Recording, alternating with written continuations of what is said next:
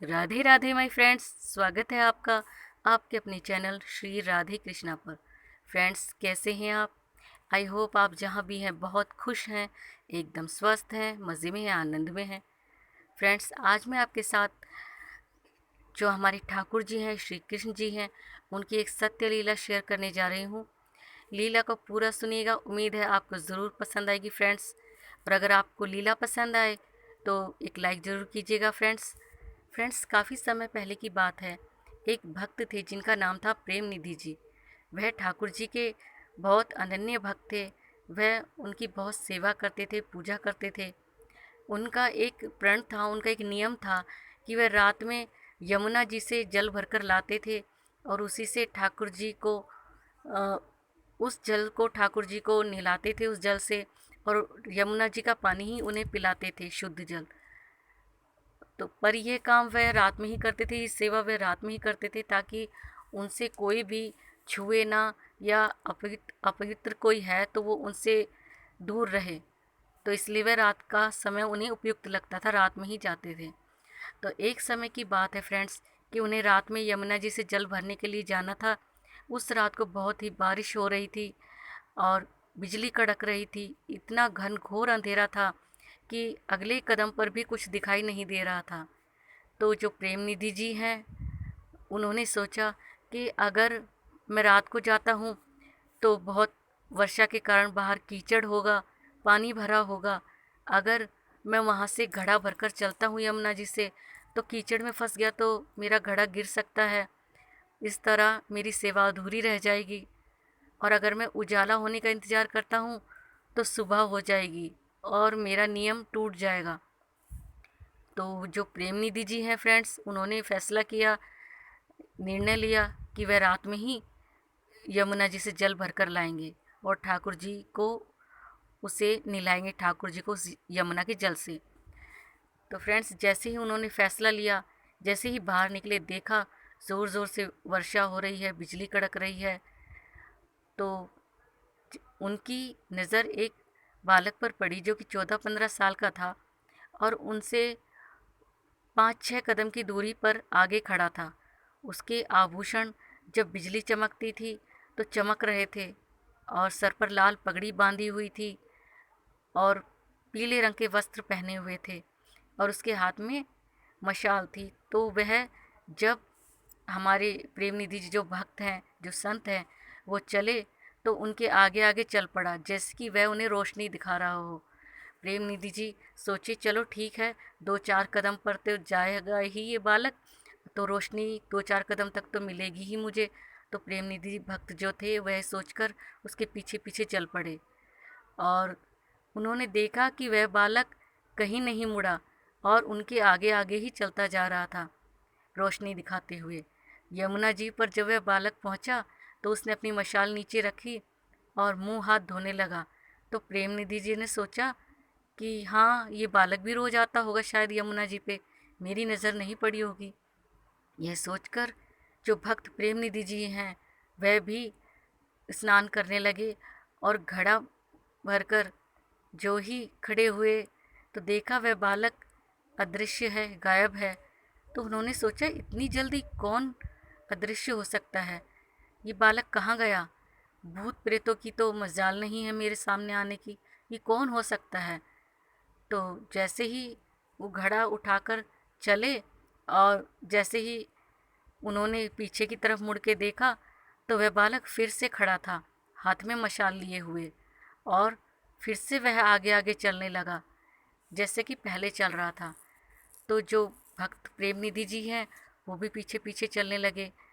जब देखा तो जहाँ प्रेम निधि जी को मंदिर में जाना था, ठाकुर जी को जल चढ़ाने के लिए, जल अर्पित करने के लिए, उसी मंदिर में वह बालक जाकर अंदर चला गया, घुस गया। जब प्रेम निधि जी ने जाकर देखा तो जो ठाकुर जी थे, हमारे श्री कृष्ण जी थे, उनके हाथों में तेल लगा हुआ था मशाल का। और जब पैरों की ओर देखा तो ठाकुर जी के पैरों में यमुना जी की रज यानी मिट्टी लगी हुई थी। अब तो जो भक्त प्रेम निधि जी हैं वह फूट फूट कर रोने लगे, ठाकुर जी से लिपट कर, और कहने लगे कि आप मुझसे इतना प्रेम करते हैं कि मुझे रोशनी दिखाने के लिए मुझे रास्ता दिखाने के लिए आप रात में आए, आपने इतना कष्ट भोगा मेरे लिए।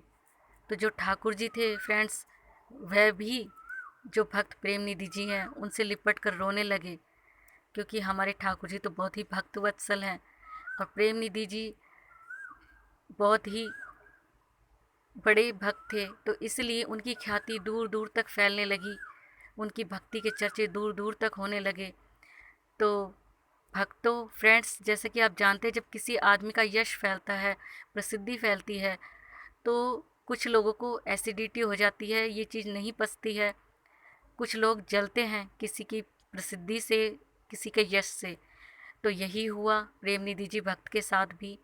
कुछ लोग थे जो उनसे चिढ़ते थे, तो वह सभी लोग मिलकर एक समूह बनाकर वहाँ के एक राजा थे, उस समय के जो राजा थे वह मुस्लिम राजा थे, उनके पास पहुँचे और कहा कि आपके राज्य में अपराध हो रहा है, अन्याय हो रहा है। तो जब राजा ने पूछा, महाराज ने पूछा क्या हुआ, तो उन्होंने बताया प्रेम निधि जी के बारे में कि वह एक कमरा है, उसमें बैठते हैं और स्त्रियों के साथ गलत व्यवहार करते हैं और घंटों तक दरवाज़ा बंद रहता है। तो जो महाराज हैं उन्हें बड़ा गुस्सा आया, क्योंकि जो लोग थे उन्होंने बहुत बड़ा चढ़ाकर प्रेम निधि जी की बुराई की थी। तो महाराज ने कड़ा आदेश दिया कि प्रेम निधि जी को पकड़कर लाया जाए। तो उनके कड़े आदेश के कारण सैनिक गए उनको पकड़ने के लिए प्रेम निधि जी को। उस समय प्रेम निधि जी, जो हमारे ठाकुर जी हैं, उनके पीने के लिए यमुना जी से शीतल जल ला रहे थे। तो रास्ते में ही सैनिक मिल गए और उन्हें बीच में ही महाराज के पास आने पड़ा, क्योंकि सैनिक उन्हें पकड़कर ले आए थे और वह घड़ा दूर रख दिया गया उनसे छीनकर। तो प्रेम निधि जी को महाराज ने कहा कि तुम यहाँ अन्याय कर रहे हो, हमारे राज्य में स्त्रियों के साथ गलत व्यवहार करते हो। तो प्रेम निधि जी ने कहा, देखिए आपको क्या कहा गया है मुझे नहीं मालूम, पर जब मैं कथा करता हूँ, भगवान की चर्चा करता हूँ, तो स्त्री पुरुष दोनों ही आते हैं पर किसी के साथ कोई अन्याय नहीं होता है।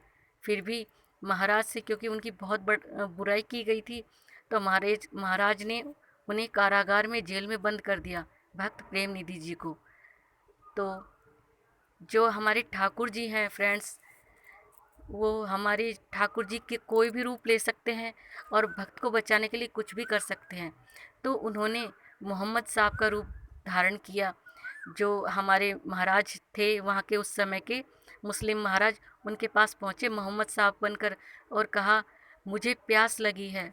तो महाराज ने कहा कि मैं आपको पानी पिलाता हूँ। जैसे ही महाराज ने घड़ा उठाया, एक पानी का पात्र उठाया पिलाने के लिए, तो उन्होंने, जो मोहम्मद साहब थे, जो ठाकुर जी हमारे मोहम्मद साहब बने हुए थे, उन्होंने एक लात मारी महाराज को और कहा, नहीं, मुझे तुम्हारे हाथ से पानी नहीं पीना है, मुझे तो किसी प्रेमी के हाथ से पानी पीना है।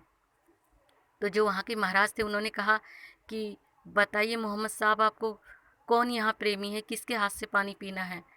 तो मोहम्मद साहब ने कहा कि जो मेरा प्रेमी है वो तो तुमने जेल में बंद किया हुआ है, जिसके हाथ से मैं पानी पीना चाहता हूँ। तो महाराज ने कहा, क्या प्रेम निधि जी? तो मोहम्मद साहब ने कहा, हाँ, वही मेरा प्रेमी है, वही मेरा भक्त है। तो बस क्या था, महाराज जी के पैरों से ज़मीन खिसक गई और वह दौड़कर जेल पहुँचे, कारागार पहुँचे और प्रेम निधि जी के चरण पकड़ लिए और कहा कि मुझे नहीं पता था कि तुम हमारे मोहम्मद साहब के इतने बड़े प्रेमी हो, भक्त हो। तो फ्रेंड्स, ये जो लीला है, इससे हमें ये पता चलता है इस लीला को सुनकर कि जो हमारे भगवान हैं, ईश्वर हैं, वो सभी एक हैं, चाहे वो अल्लाह हो या वाहिगुरु हो, जो भी हो, ईसाई के हो, तो भगवान एक ही है, बस उनके रूप अलग अलग हैं, उनके नाम अलग अलग हैं, उनकी सेवा के तरीके अलग अलग हैं।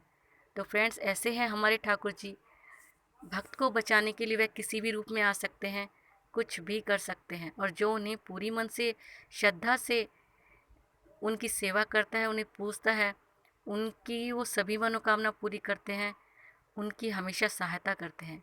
तो फ्रेंड्स, कैसी लगी आपको ये ठाकुर जी की लीला, कमेंट करके ज़रूर बताइएगा। लाइक कीजिएगा वीडियो को, शेयर कीजिएगा फैमिली और फ्रेंड्स के साथ। और अगर फ्रेंड्स आप मेरे चैनल पर नए हैं तो प्लीज़ चैनल को सब्सक्राइब कीजिएगा अगली वीडियो में आपसे फिर मिलेंगे। राधे राधे।